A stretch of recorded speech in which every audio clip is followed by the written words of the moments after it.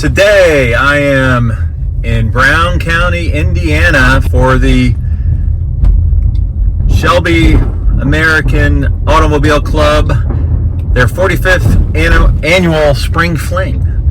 So we will see some beautiful Shelbys and Fords and high performance Fords today. And it's kind of a cloudy day, but I'll take what I can get. So I'll see you in there in a minute. Okay, so I paid the $7 to get in. The show is to the right over here. But you know what? While I'm here and I'm early, why don't I give you a quick tour of the lodge?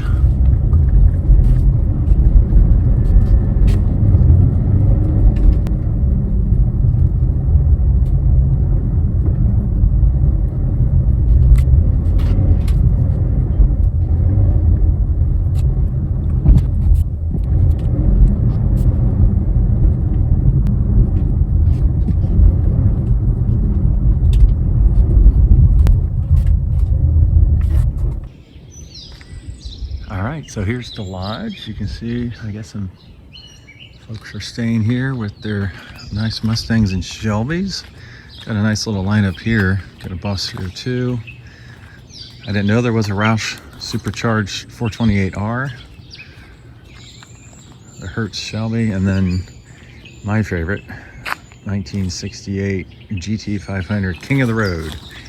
And apparently these hubcaps were what were on most of these cars, not the 10-spoke wheels, which was a very much rarer option. Even got a 70 Mach 1 up there with a shaker hood scoop. Got a souped up Hertz car here. So we'll take a little look inside. All right, so I'm in the lobby here. It's pretty cool. Actually, I should say I'm above the lobby. Little gift stores. There's a restaurant. Apparently there's a nice view outside here. We'll take a look at it in a second. Big fireplace. All right, so it's got this nice little sitting area. I'm assuming probably at night there's some deer and turkey and all sorts of critters out there. So nice lodge. All right, let's go look at some Shelbys. Okay, I'm at the show. If you like what you see, please like and subscribe.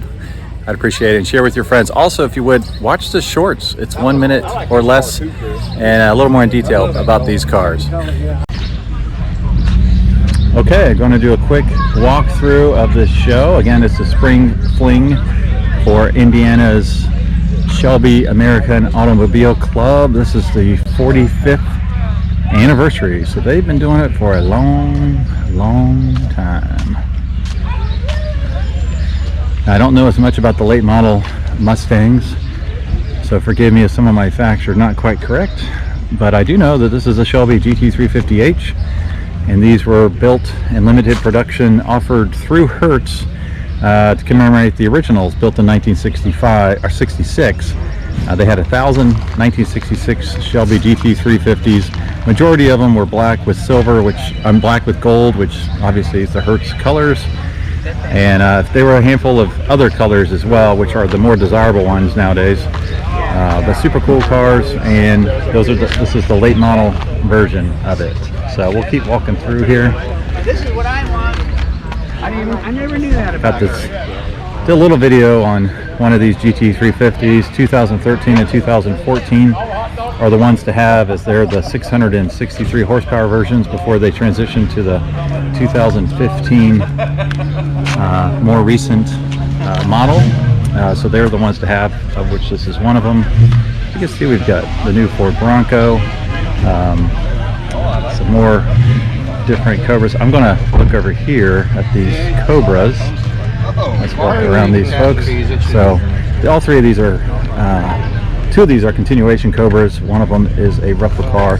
This is a continuation 4000 series Cobra. You can see the CSX number somewhere in here. Yeah. It looks cool. Signed by Shelby, which is very cool. See it in there. I hear my phone alarm going off for some reason. You see a pretty blue one back there. And and another black one. The black one, I did a 1-minute video of the black one further back there, a 4000 series. Then we've got these cool little Tigers that moved up here since I was here earlier. These are either 260 or 289 cars, depending on if they're Series 1 or Series 2. Sold one of these at RM Sotheby's Monterey sale, same color combo. These are known for being difficult to change the spark plugs, the back ones. It's been said you have to go through the firewall, but I do not know if that is indeed true or not. Sorry about the camera work here. Let's take a look inside.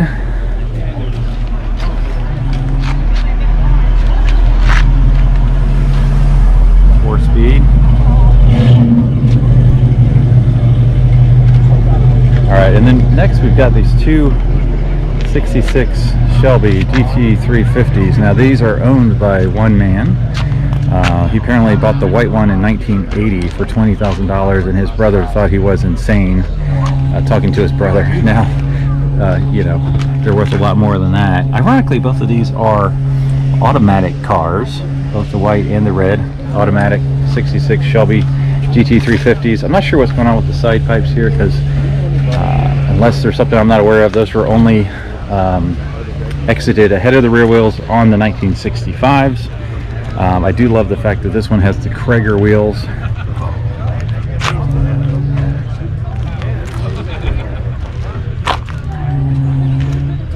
That's cool. You've got the original paper for the trunk. I don't remember the Kragers being painted black in the center, but they might be. Again, automatic. You see all the names on the glove box. Got the tack on top. Very cool.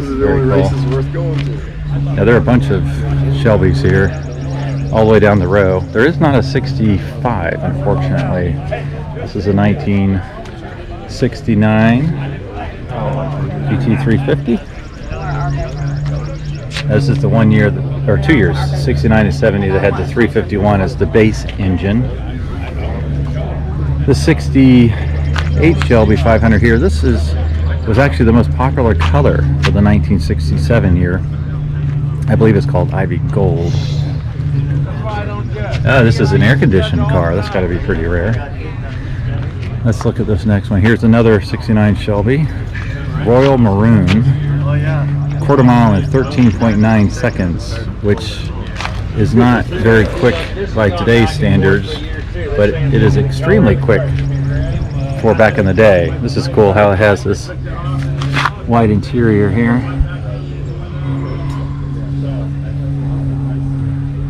Very cool.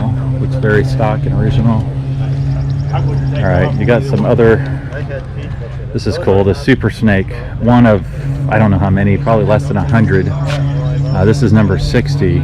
But these are cool because they actually have the wide body kit. So if you look from the side here, how much wider this is versus the standard, which is here to the right.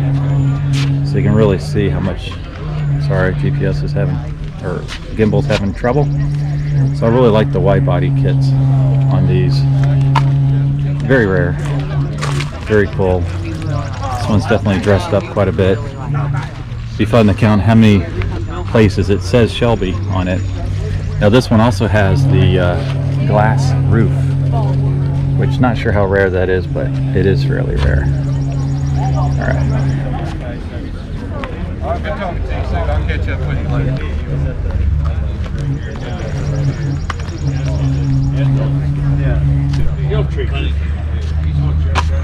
All right, this car is very cool in that it's the original owner, owned it for 52 years, and it's unrestored, and it's a 1969 Shelby GT500 convertible. Go a little more in depth in the short on this one, so you might want to take a look at that. But big block 4-speed car, factory colors, all original, unrestored. Looks like, I'm sure, a little bit of work done on the engine bay, but. And then the Brittany blue car next to it, I've done another video on that, so you might want to check that out. All right. Yes, very, very cool. 108,000 miles. You're not going to have.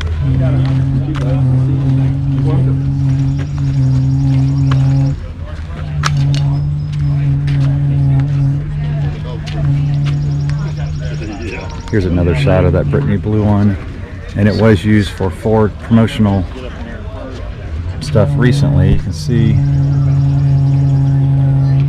there that it was used for the new color coming out on the new Shelbys. Factory 4-speed car. You can see it's got the 8000 TAC dash there. There you have something that I can have. And you can see also the You may not let me go. come on, the seat belts on the roll bar there.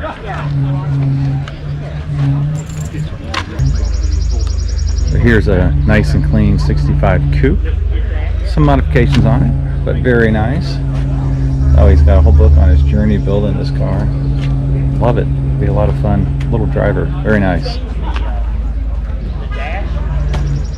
Now this is a really cool GT. Factory colors, two-tone interior. I did a longer 1-minute video on that. Some classics here. Now this is another car I did a video on because I thought it was interesting. This is based on a new Mustangs platform, which is why it looks weird because the tires are really far out. If you look at this. So they put the old body on a new, fairly new, probably a 2008 Mustang or so. So cool stuff. You know, we got a Ford GT down there. Let's look at some of these classic ones over here. There's some big muscle over here. We got this orange Boss 429, 1970, red Boss 429. And then I want to look at this last one here, the 69 Mach 1.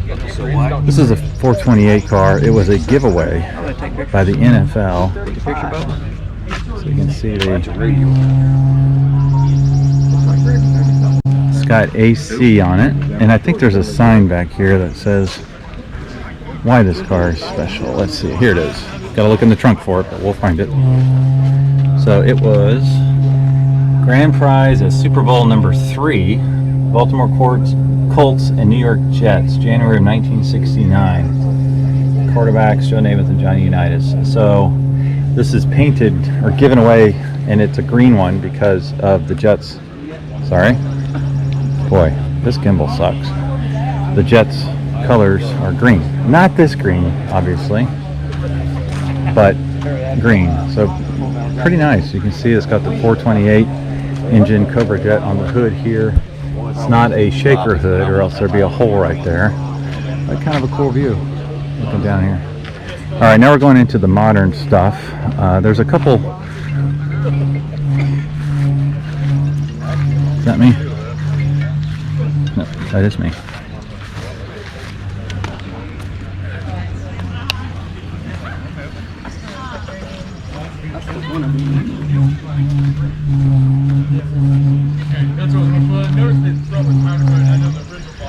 Alright, this is where we got some trucks. I'm not quite sure what's up.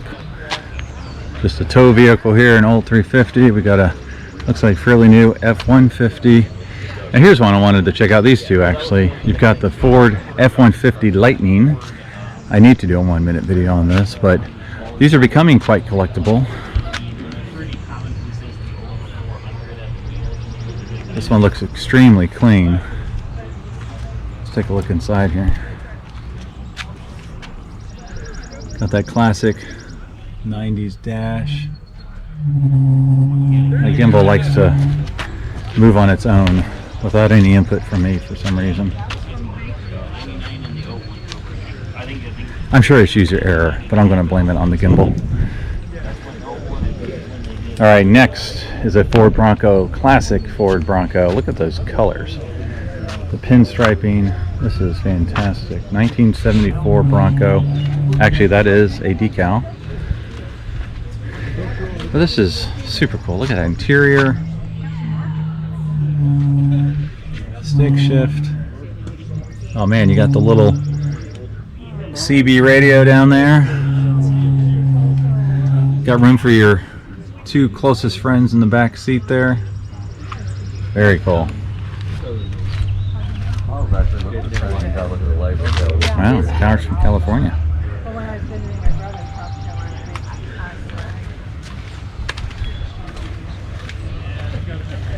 Alright, a lot more of the new stuff. And we got a Another pickup truck over here along with the new Bronco. Pretty cool. Brand new Bronco.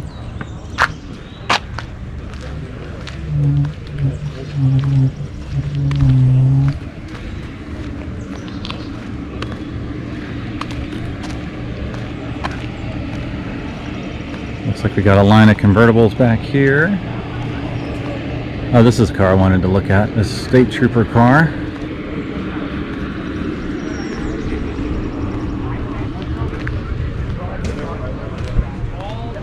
We'll just walk along, check out all of these. I'm not going to talk about them, but might as well show them. So a lot of these cars at this show are late model, which is cool. Speaks well of the hobby. Now, these are called shaker hood scoops, and this one actually says shaker on top of it. So it's funny that someone went through the pains of calling it a shaker hood scoop when that was always the nickname for so many years. Since 1969, actually. These are the limited edition cars. I took a video of all these. So check out that 1 minute video as I walk through them. This is an earlier Fox Body Mustang right here. If my gimbal will move, there we go. Probably an 85, if I had to guess. Yeah, 85. First V8 Mustang I ever drove was an 86.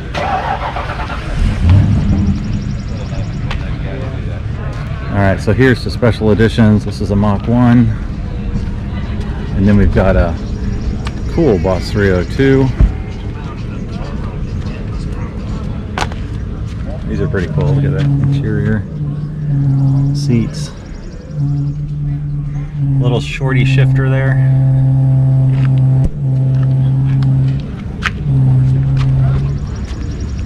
And now we've got a bunch of the Roush Mustangs. So Roush would build these kind of like Shelby used to do. So back in the day, take the factory cars and make different options for them. What's funny, this is a 428R package. Next to it's a 427R package, and apparently there's a 429R package. In the past, those were related to cubic inches, so they're all big block engine designation. For the Roushes, it just seems like they're performance level options. They don't actually relate to the number of horsepower or the cubic inches of the car, so more of a marketing deal. And then I did a nice little 1 minute video on this car back here. I couldn't do it too much of a video because there were people in it. Sorry, this Sport Ute. This is a Saline Sport Ute, which you never see based on the Ford Explorer. This one has 80,000 miles on it. It's definitely well loved. And I love the fact that it's number 5. Right there. 5. There's the Sky. This is a 1999. So not much to look at on the outside. Oh, that's cool. Sports car manufacturer, 96, 87, 96, 97, 98. Saline Explorer. Pretty cool. Whoops. And we got some type of race car here. Wow. Does not look comfortable. Kind of almost looks like a dirt track Mustang. And then this Saline's pretty cool. This is from the Fox Body generation. I always thought these were beautiful for the Fox Body. I think the Salines actually made the Fox Bodies look better. This one, I think it said it had something crazy. Over 100,000 miles on this one. You can see the wheels look great on this car. 1990. So I'm sure they've recovered the seats. You can see it was signed by Steve Saline down there. This is just a great show.